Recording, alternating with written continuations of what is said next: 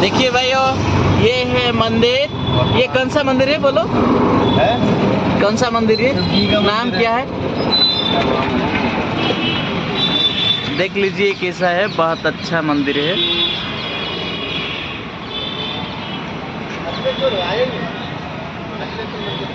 हाँ,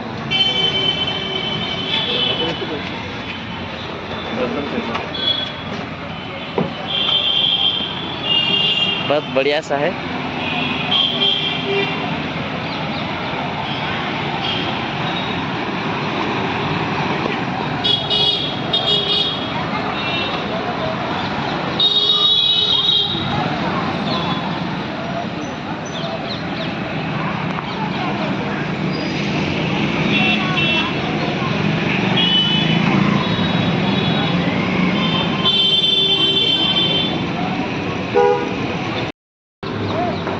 देखिए, हम लोग आए थे ग्वालियर घूमने और अभी ये दर्शन करने आए हैं मंदिर में।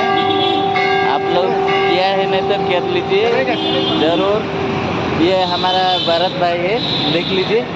ये है, बहुत अच्छा है और हमें हर जगह घुमाने के लिए तैयार है। बहुत अच्छा है, बहुत अच्छा है।